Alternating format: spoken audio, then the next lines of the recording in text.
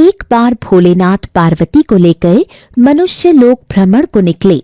मनुष्य लोक घूमने के दो रास्ते थे। एक रास्ता 6 महीने का वक्त लेता था और दूसरा रास्ता 12 महीने का। पार्वती जी ने 12 महीने वाला रास्ता चुना। निकलने से पहले शंकर जी ने उनसे प्रतिज्ञा करवा ली कि धरती के लोगों का कष्ट देखकर वो विचलित नहीं होंगी और किसी तरह की जिद नहीं करेंगी। पार्वती जी ने बात मान ली। उनकी यात्रा शुरू हुई। थोड़ी दूर जाने पर उन्हें मार्ग में एक घोड़ी मिली। वो दर्द से तड़प रही थी। पार्वती जी से उसकी तकलीफ देखी न गई। उन्होंने शिवजी से पूछा, घोड़ी क्यों पीड़ा में है? शिवजी ने कहा, वो माँ बनने वाली है। पार्वती जी बोली, यदि माँ बनने में इतनी पीड़ा होती है तो आप तो मेरे गांठ लगा दो। भोलेनाथ ने मना कर दिया और आगे बढ़ गए।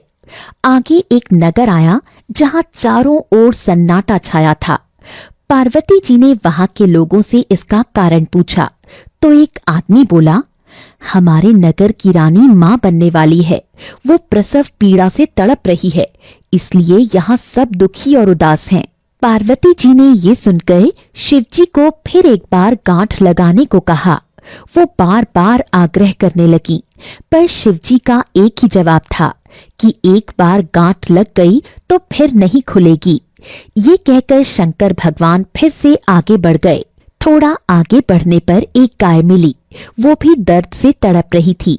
उसकी तकलीफ देखकर पार्वती जी एक बार फिर से जिद करने लगी तो शिवजी ने उनके गांठ लगा दी। वो दोनों फिर आगे बढ़े और थोड़ी देर में पार्वती जी के पीहर पहुंच गए। वहां उन दोनों की खूब खातिरदारी हुई। तरह तरह के पकवान बने, पर शिवजी सारा भोजन गटक गए। पार्वती जी के लिए कुछ भी नहीं बचा। वो बथुए का साग खाकर पानी पीकर रह गईं। जब वो आराम करने गईं, तो शिवजी ने उनसे पूछा, तुमने क्या खाया? पार्वती जी ने कहा, जो आपने खाया वही मैंने खाया। पार्वती जी जब सो गईं, तो शंकर जी ने उनकी नाभि की ढकनी खोलकर देखा तो पाया कि वहां तो बथुए का साग और पानी था। पार्वती जी जब सोकर उठी तो शिवजी ने उनसे कहा, आपने मुझसे झूठ क्यों बोला? पार्वती जी नाराज हो गईं और कहा, आज के बाद कोई भी व्यक्ति किसी स्त्री की ढकनी खोलकर ना देखे, क्योंकि पीहर और ससुराल की लाज स्त्री के पेट में छिपी होती है। उन्होंने शिवजी से वचन लिया। तब से कोई व्यक्ति किसी महिला के पेट में नहीं देखता। अब दोनों वापस कैलाश पर्वत की ओर लौटे।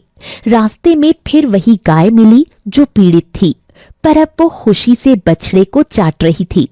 पार्वती जी शंकर जी से गांठ खोलने को कहती हैं, पर शंकर जी उनकी बात को अनसुना कर आगे बढ़ जाते हैं। जब वो नगर में पहुंचते हैं, तब वहां ढोल नगाड़ों की आवाजें सुनाई पड़ती हैं। सब लोग आपस में एक दूसरे को मिठाई खिलाते नजर आते हैं।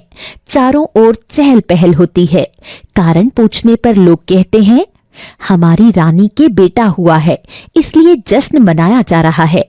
थोड़ा और आगे बढ़ने पर वही घोड़ी मिलती है जो अपने बच्चे के साथ बहुत खुश दिखाई पड़ती है। ये देखकर पार्वती जी भगवान शंकर से फिर गांठ खोलने को कहती हैं। शंकर जी कहते हैं, मृत्यु लोक में चीजें आपको लुभाएंगी। मैंने पहले ही कहा था, गांठ न लगवाएं। पार्वती जी ने जिद करके गांठ खुलवा ली। दोनों वापस कैलाश पर्वत पहुंचे।